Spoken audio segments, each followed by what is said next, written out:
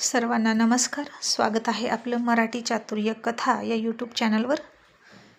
आपल्या व्हिडिओला लाईक करा, शेअर करा आणि चॅनलला सबस्क्राईब करा आणि बेल आयकॉनवर प्रेस करा, जेणेकरून सगळ्या नोटिफिकेशन्स तुमच्यापर्यंत वेळेत पोहोचतील.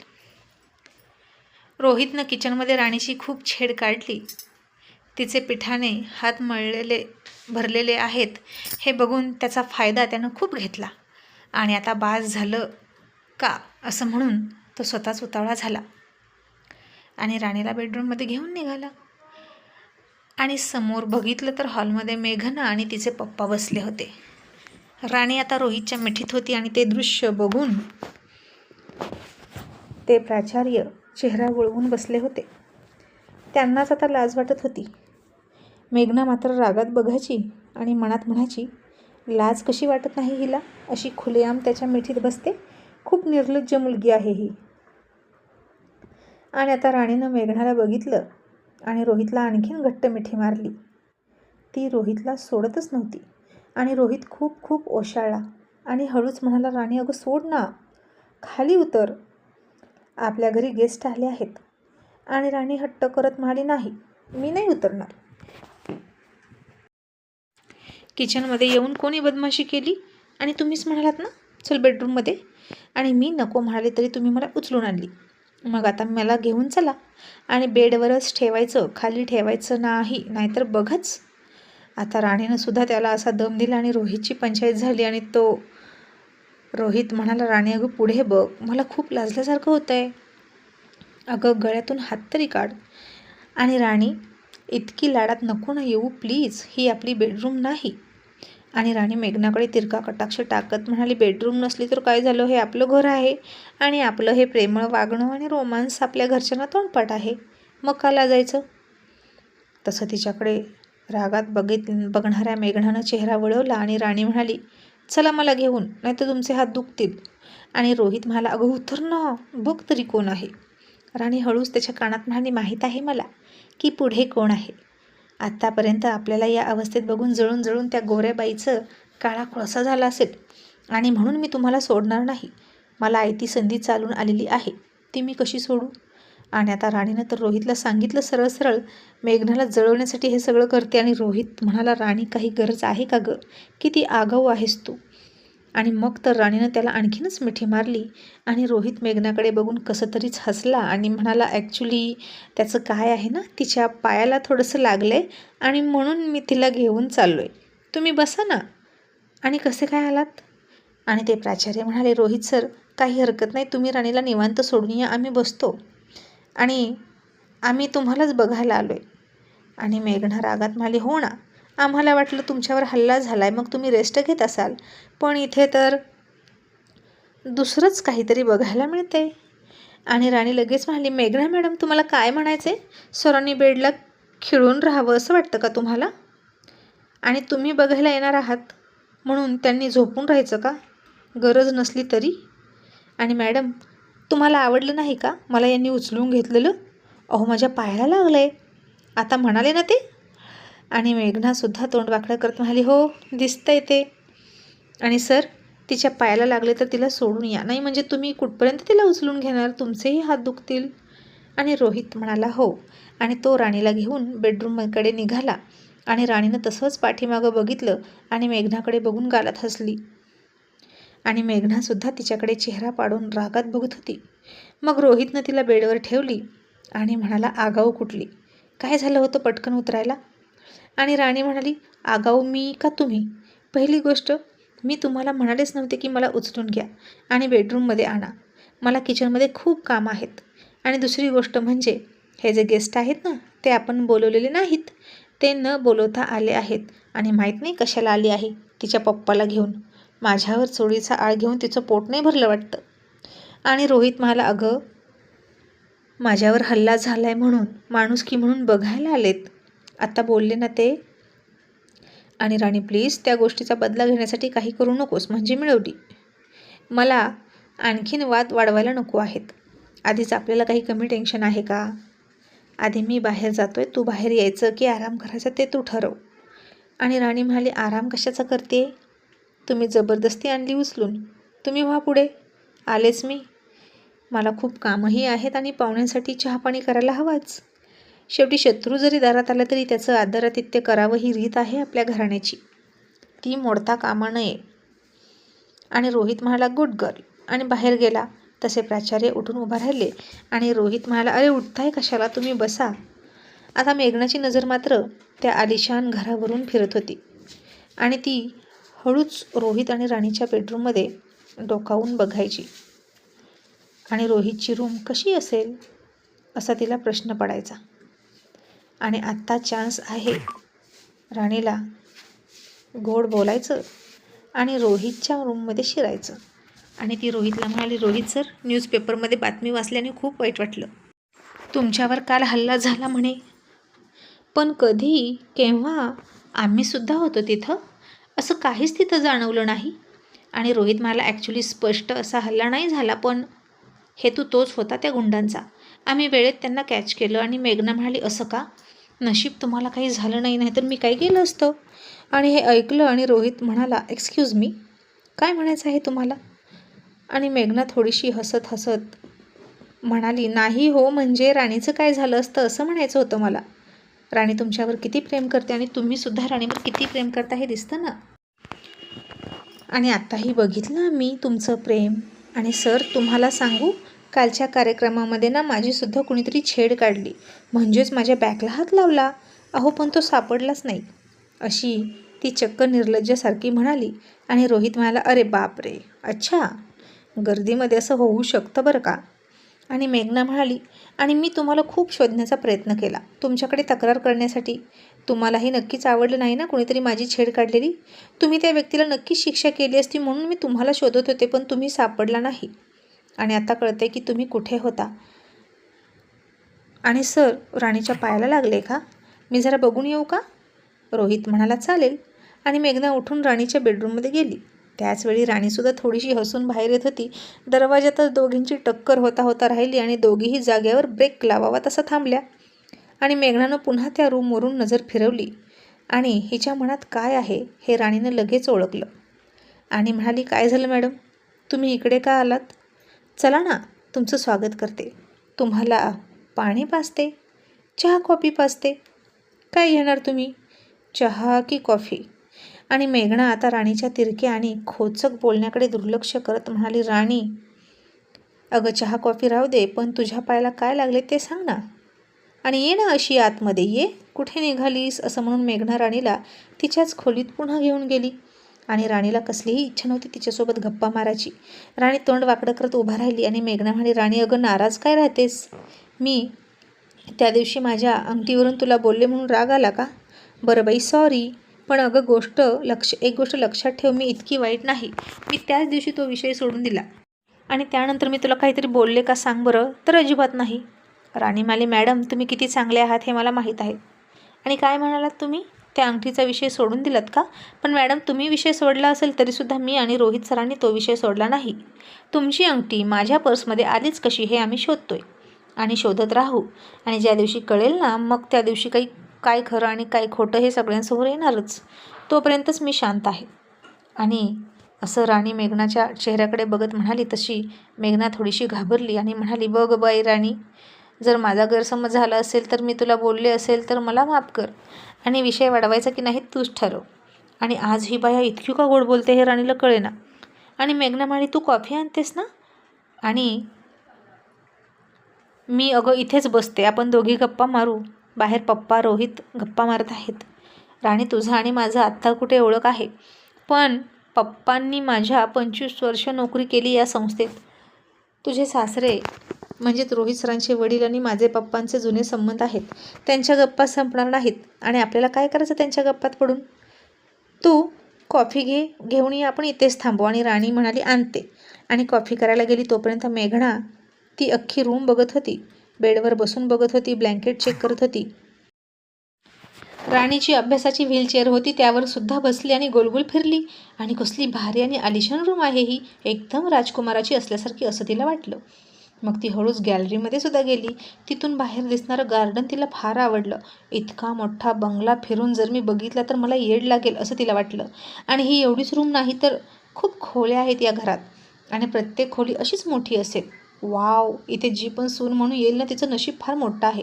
आणि कोणी पण कशालाही फडतूस राणी तिची लायकी नसताना इथे आली असं तिला वाटलं. आणि मेघना आता तिच्या कपाटात गेली.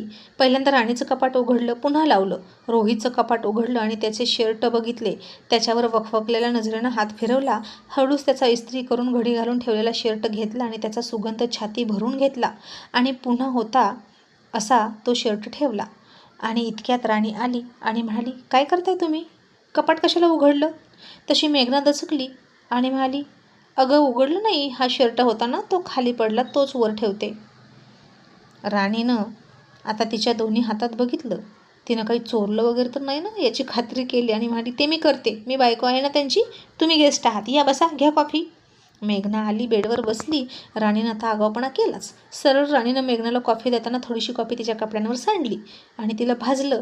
आणि आता राणी म्हणून मेघनापेक्षा जास्त ओरडत म्हणाली, अरे देवा, असं कसं झालं मॅडम? अहो तुम्ही नीट का कप केलं नाही? अहो भाजलं का तुम्हाला? मॅडम अहो काय हे, तुम्ही सतत अशी कॉपी का सांडून घेता हो? अच्छा, चुकून झालं का? बरं, हरकत नाही, असं राणी मोठ्यानं म्हणाली, जेणेकरून बाहेर ऐकायला जावं. आणि तिने मेघनाची चांगलीच फजिती केली. आणि मेघनाला मात्र कळेना की काय करावं. आणि मेघना म्हणाली, राणी अगं मी नाही कॉफी सांडली, कॉफी तर. तसं राणी तिच्यावर डोळे रोखून म्हणाली, हो कॉफी तर मी सांडली. आणि त्यात काय एवढं? त्या दिवशी तुम्ही सांडली, आज मी सांडली. आणि मॅडम, जर तुमच्याकडून गोष्टी चुकून होत असतील तर माझ्याकडून सुद्धा होत असतीलच ना. शेवटी मी तर तुमच्यापेक्षा खूप लहान आहे. आणि आता कॉफी पिऊन झाली असेल तर निघा, नाही म्हणजे तुमच्या महागड्या साडीवर डाग पडले ना, आणि मग नंतर तो डाग घट्ट बसला तर निघणारही नाही. त्याचं काय आहे ना, मी तुम्हाला इथे सुद्धा बाथरूममध्ये जायला दिलं असतं डाग स्वच्छ करायला, पण मला ती रिस्कच घ्यायची नाही. भाटाला दिली ओसरी आणि भट हातपाय पसरी, अशी लोकं असतात काही. मी तुम्हाला आता माझं बाथरूम यूज करायला द्यायचं आहे आणि तुम्ही माझी अख्खी बेडरूम बळकवायला बघणार. आणि तसंही मी आता तुम्हाला बेडरूममध्ये घेतलंच नसतं, पण तुम्हाला ही कॉफी पाजण्यासाठी घेतलं. आणि आत्ता माझं काम संपलं, तुम्ही निघा. मेघनाचा फार अपमान झाला. ती तडक बाहेर आली आणि म्हणाली, पप्पा झालं का, निघूया का आपण? आणि रोहित म्हणाला, तुम्हा दोघींच्या गप्पा संपल्या का? आणि मेघना म्हणाली, हो संपल्या. आणि मेघनाचे पप्पा उठले आणि नमस्कार करत म्हणाले, येतो सर, काळजी घ्या. रोहितही म्हणाला, तुम्ही मला भेटायला आलात त्याबद्दल थँक्यू.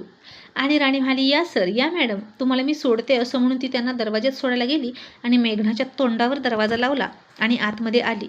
आणि रोहित म्हणाला, काय गं, मगाशी कसला गोंधळ सुरू होता? कॉफी सांडली का तिच्या अंगावर? राणी म्हणाली, हो, आता मॅडम वेंधळ्याच आहेत, सारखी कॉफी सांडून घेतात, त्याला मी काय करायचं? पण सर, आता तुम्ही नव्हता त्यांचा हात पकडायला, त्यामुळे त्यांचं जास्त दुखलंच नाही हो. पण त्या दिवशी कदाचित तुम्ही हात धरणार असं त्यांना माहीत होतं म्हणून त्या जरुरीपेक्षा जास्तच ओरडल्या असतील. वाचवा वाचवा, भाजलं, असंच ना? आणि रोहित हसला आणि तिचं नाक पकडून हलवत म्हणाला, वेडी कुठली, आणि आता जा कर स्वयंपाक. आणि राणी म्हणाली, मग मला कशाला उचलून आणलीत मग अशी? रोहित म्हणाला, साडीवर छान दिसतेस हे सांगण्यासाठी. राणी म्हणाली, हे तर तिथे पण सांगू शकला असता ना, इतकं करायची काय गरज होती? रोहित म्हणाला, हो सांगू शकलो असतो, पण थोडंसं वेगळ्या पद्धतीनं, इन माय स्टाईल असं सांगायचं होतं. असं म्हणून त्यानं पुन्हा तिच्या कमरेत हात घातला आणि तिला झटकन खेचून जवळ घेतली. तशी राणीची छाती रोहितच्या छातीला धडकली आणि तिच्या शरीरात आगीचा भडका उठल्यासारखं झालं. आणि रोहित म्हणाला, राणी, साडीवर काम करताना सुद्धा कमाल दिसतेस, तू प्रत्येकच रूपात कमाल दिसतेस, असं वाटतं की तुझ्याकडे बघतच राहावं. आणि राणीनं त्याचा हात पकडला, एक खुर्ची घेतली, किचनमध्ये ठेवली आणि म्हणाली, बसा इथे आणि माझ्याकडे बघत राहा. बाबांना वेळेत औषध द्यायचं असतं, स्वयंपाकाला उशीर होऊन चालणार नाही. आणि तिचे हात सुरू झाले. रोहित हसला आणि म्हणाला, अगं मला पण माझी कामं आहेत की, तुझ्याकडे बघून थोडीच पोट भरणार आहे, पोट तर संध्याकाळी भरणार आहे, आता तू तुझं काम कर, असं म्हणतो निघून गेला. पुन्हा राणीनं ती साडी, तो पदर सांभाळत सांभाळत कसं बसं स्वयंपाकाचं काम तडीस नेलं. आणि आज सोनम नव्हती तिच्या मदतीला. सोनम आणि रोशन बाहेर गेले होते, थोडंसं फिरून मूवी बघून येणार होते. आणि घरी येऊन मेघनानं रागारागात साडी चेंज केली आणि तिनं ती साडी डस्टबिनमध्ये फेकून दिली.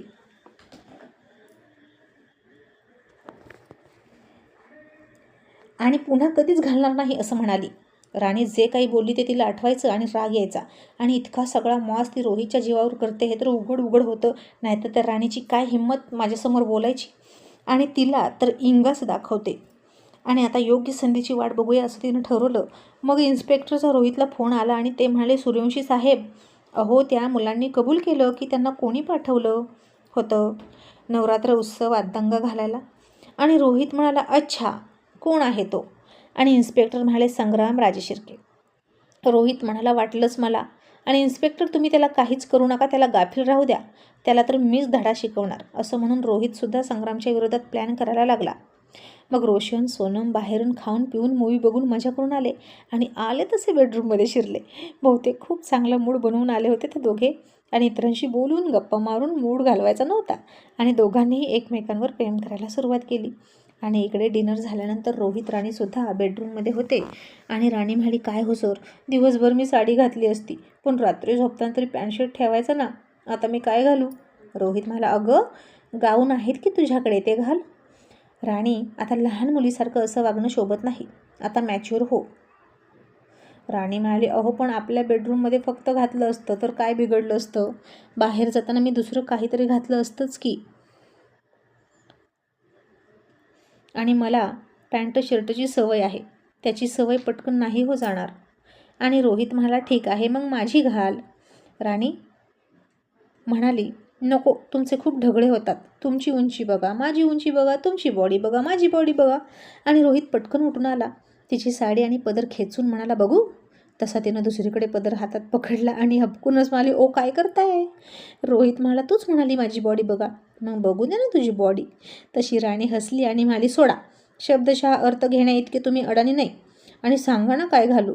आणि रोहित म्हणाला, मॅडम साडी तर कंपल्सरी घालायचीच आहे आणि झोपताना दुसरं काही घालणं शक्य नसेल तर काहीही नाही घातलं तरी चालेल, मला तेच हवं आहे.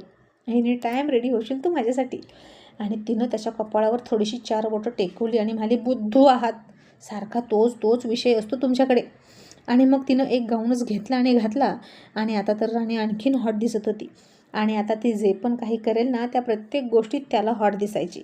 आणि जास्त काही न बोलता त्यानं पटकन हातातलं काम बाजूला ठेवलं आणि तिला बेडवर घेऊन चढला आणि तिला मिठीत घेऊन म्हणाला, आता खरं खरं बोलशील, मेघना मॅडमच्या अंगावर कॉफी कशी सांडली गं? आणि राणी, मी म्हणालोय खरं खरं बोल. आणि राणी आता खोटं नाही बोलू शकली आणि म्हणाली, मीच सांडली. आणि त्या दिवशीची कॉफीसुद्धा तिनं मुद्दाम सांडून घेतली होती हे मला माहीत आहे. आणि रोहित म्हणाला, राणी तू खूप आगाऊ आहेस, लगेच रिॲक्शन देतेस तू. आणि राणी म्हणाली, मग ती माझ्यावर वार करत राहील आणि मी काहीच बोलायचं नाही का? सर मलाही खूप राग येतो. आणि रोहित म्हणाला, बरं तो विषय आता राहू दे बाजूला. आणि त्यानं आजही तिच्यासोबत जोरदार प्रणय क्रीडा केली आणि ते दोघे झोपले. आणि सकाळ उठून राणीनं बघितलं तर तिला पिरियड आले होते आणि राणी नाराज झाली आणि बेडवर बसली. आणि रोहित म्हणाला, काय झालं, रात्री जास्त झालं का? सॉरी. आणि राणी म्हणाली, पिरियड आले.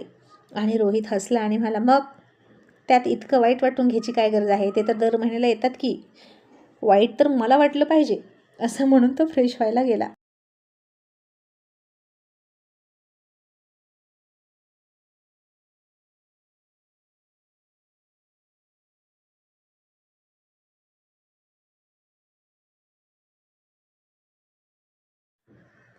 पण राणी आता म्हणाली, सर तुम्हाला नाही कळणार मी का नाराज आहे आणि माझे पिरियड कधी मिस होतील, अशी राणी वाट बघत बसली. मग आता असेच दिवस चालले आणि बघता बघता दिवाळीसुद्धा आली. सोनम आणि राणीनं दिवाळीची खूप चांगली तयारी केली. त्यासोबतच राणीची वादविवाद स्पर्धेची तयारी होती आणि दिवाळीच्या आधीच टीम सिलेक्ट करणार होते. मनोज राणीनं सुद्धा त्यांचं प्रेझेंटेशन दिलं आणि 2-3 टीम होत्या, प्रत्येक इयत्तेतून चांगल्या टीम होत्या. आणि कोणाला निवडावं अशी चर्चा सुरू झाली. मेघनानं राणीला वाटत होतं तसंच मनोज राणीला टीमवर फुली मारली आणि म्हणाली, यावर्षी आपण दुसऱ्यांना संधी देऊया. तसे दुसरे प्रोफेसर म्हणाले, पण मॅडम संधी देणं ठीक आहे, पण आपल्याला कॉलेजसाठी बक्षीस आणणारी टीम हवी, फक्त संधी म्हणून तिथं जाणारी नको. आणि ती रोहित सरांची बायको आहे म्हणून मुळीच नाही, तर ती खरंच हुशार आहे. आणि या सगळ्या टीमपेक्षा सेकंड इयरमधून मनोज आणि राणी बेस्ट आहेत. आणि मॅडम ही स्पर्धा इथे नाही तर दापोलीला आहे आणि तिथं जाऊन प्रेझेंट करायचे आहे, हे लक्षात घ्या. आता हे ऐकलं आणि मेघनाला काहीतरी क्लिक झालं आणि मेघना म्हणाली, बरं ठीक आहे, आता 6 विद्यार्थी होतील आणि मुलंही असतील आणि मुलीही, तर माझंही नाव घ्या दापोलीसाठी मुलांसोबत जाण्यासाठी. आणि मनोज आणि राणीच्या टीमला सिलेक्ट केलं आणि त्या दोघांना आता घरी प्रॅक्टिस करायला सांगितलं, कारण दीपावलीच्या सुट्ट्या संपल्या की लगेच 2-4 दिवसांनी तिकडे जावं लागणार असं त्यांना सांगितलं. आणि मनोज आणि राणी तयारीला लागले. आणि आता मेघना फार आनंदित झाली होती आणि तिकडं जाऊन काय करण्याचा तिचा प्लॅन होता कुणास ठाऊक, पण ती खुश होती आणि कधी एकदा तिकडे जाते असं तिला वाटलं आणि तिच्या प्लॅनला शेवटचा अंजाम देते. मग दीपावलीच्या सुट्टी लागल्या आणि दुसऱ्या दिवशी पहिली आंघोळ होती आणि घरच्या सुना लवकर उठल्या. प्रत्येकीनं एक एक काम वाटून घेतलं. सोनमने दिवे लावले, सपनानं आतली देवपूजेची तयारी केली, आतमध्ये दिवे लावले, राणीनं अंगणामध्ये छान रांगोळी काढली, रांगोळीमध्ये सुद्धा दिवे ठेवले आणि सूर्यवंशींचं घर दिव्यांनी उजळून निघालं. आणि तिघींनी सुद्धा नव्या कोऱ्या साड्या घालून मस्त नटल्या होत्या. आंबाडे घातले होते, त्याभोवती गजरे घातले होते, हिरव्या बांगड्या, नाकात नथ वगैरे घालून सूर्यवंशींच्या 3 सुविद्ध सुना लक्ष्मी होऊन लक्ष्मीचं स्वागत करायला तयार होत्या. आणि जानकीसुद्धा तशीच नटली होती. पण तिचा रुबाब आणि तिचा प्रौढपणा या तिघींपेक्षा वरचढ होता आणि असणारच. शेवटी हेड होती ती घरातली.